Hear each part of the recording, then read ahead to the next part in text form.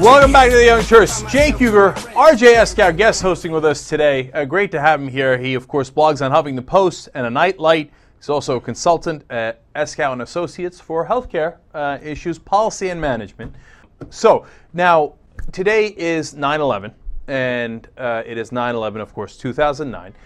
It is less than 8 months into Barack Obama's first term. Now, at this same time, of course, in Bush's first term, we had, the disaster and the terrorist strikes of 9/11. Today, I asked a poll question online at AOL, because we blog with them and we do this thing called Hot Seat with them. Who has kept us safer in the first 8 months of their term, Barack Obama or George Bush?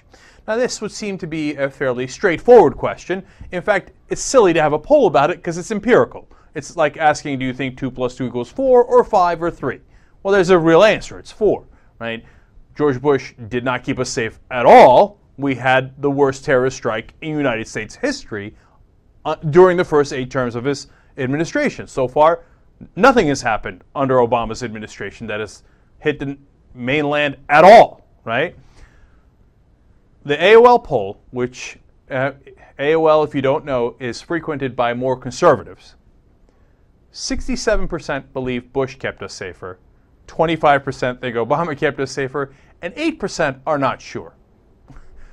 These are the same people who, when the testimony came out that Bush and Condoleezza Rice had a memo called Bin Laden Determined to Strike in the U.S., still didn't think there was any warning that Bin Laden was determined to strike in the U.S.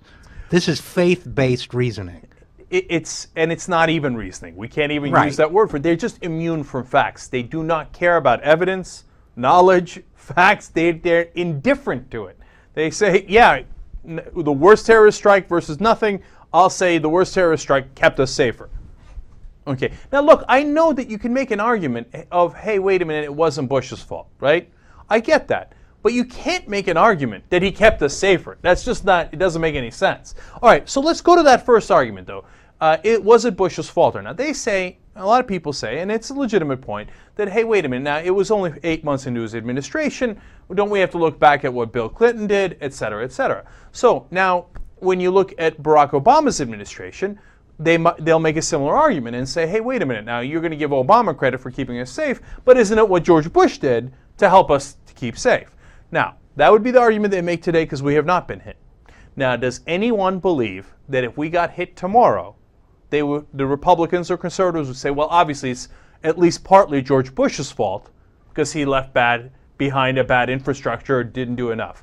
Or would they say it's 100% Obama's fault? Would you like to do a poll on that?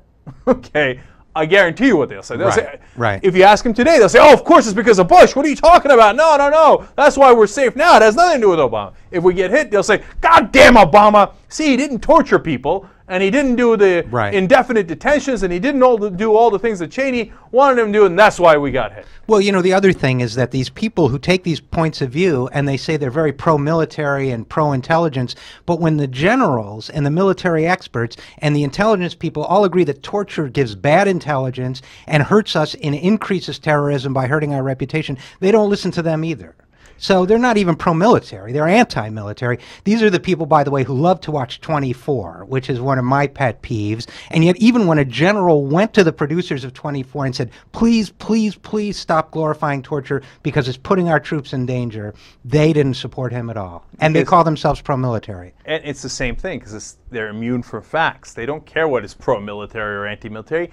Ironically, they operate based on emotion because that's the charge they make against liberals all the time. Right. But in reality, they're driven by their emotions. Oh, I hate Obama. I love Bush. It doesn't matter. It doesn't matter what facts you give me, right? So, and the two emotions, of course, that they are most driven by are fear and loathing.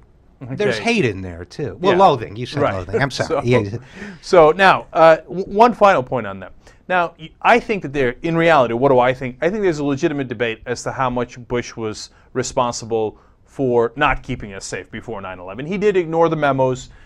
Could it have been prevented? I don't know. It's a real good question, right? And should Clinton take some responsibility too? I think those are excellent questions, right? But you can't say all of that and then turn around and say everything that's happened from the beginning of Obama's term to now, he should be blamed for. So that Obama should be 100% responsible for everything that happened on his term, unemployment, high deficits, out of control budgets, etc. All of that is 100% Obama's fault. But everything that happened before 9/11 on Bush's term is not his fault at all. Those two arguments, again, are not logical. They're not based on facts or reason at all. And unfortunately, this day and age, they're made all the time by conservatives. It's all about hating Bill Clinton. And now hating Barack Obama and supporting conservatives no matter what they do, even if their actions are not conservative. And you know what? People love to say, well, Bush kept us safe after 9/11. We never had another attack. That's the other argument they use. And Dick Cheney even said, why don't you say thank you for the fact we never had another attack? It's like if my daughter goes out and totals my car, but she doesn't have another attack on the way home, I'm going to say thank you. You didn't have another attack on the way. It's insane, that I'm going to thank you for not, screwing up twice. But worldwide statistics on terrorism incidents went up tenfold during the Bush administration. They soared as a result of the war in Iraq. And even if you take IEDs and other things that happened within Iraq, if you look at the statistics, they probably quadrupled. So overall, terrorism had a great run during the Bush administration. So if you're really anti-terrorism, you have to say, why did we fail so bad? You make a good point in terms of the run-up to 9/11, but why did we fail so badly between 2001 and 2008, despite all the torture, despite all the military expenditures, despite everything else we did to compromise our reputation and our ethics and our values? Terrorism kept going up and up and up and up, and nobody has the common sense to ask, how did we fail so badly? I want to thank Malcolm Fleshner, who's does segments for us on the Young Turks under the name Malcolm Y, right? And we tell you that it's Malcolm Fleshner. He's the one who emailed me originally and said, well, isn't it official that once we get past the morning of 9/11 that Obama's kept us safe longer than George Bush? Okay, it's an empirical fact, right? Now, again, as we just had this conversation, there are nuances to it, but nuances that apparently escaped conservatives. Watch more clips at theyoungturks.com.